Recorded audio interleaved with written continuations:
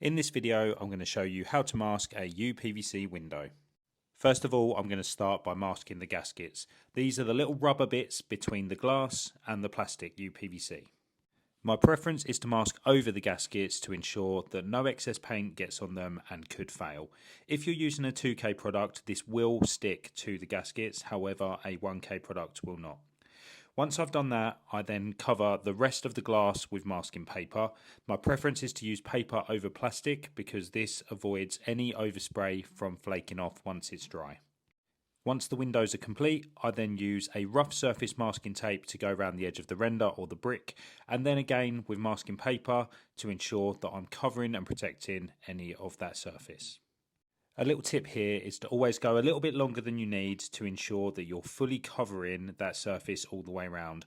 I like to think of it as a picture frame around the outside of the window. The more even that is, the tidier it looks and the better job that you're going to do in protecting that surface. Once this is done, I tack it in place all round and then I remove the opening sash. The reason that I remove the opening sash is that it gives me complete access to both the opener and the internal frame. This allows me to get a cleaner and more professional finish all round. I start by masking any of the locking mechanisms and then I run my masking tape around the line on the internal of the frame. Once this is masked, I then use some corrugated plastic sheeting cut to size to then fit in and secure that hole. This will stop the risk of any overspray going into the property. I then seal that up all the way around to ensure nothing can blow through. As you can see, I now have full access to everything that I need to spray on that frame. Now I move on to the opening sash.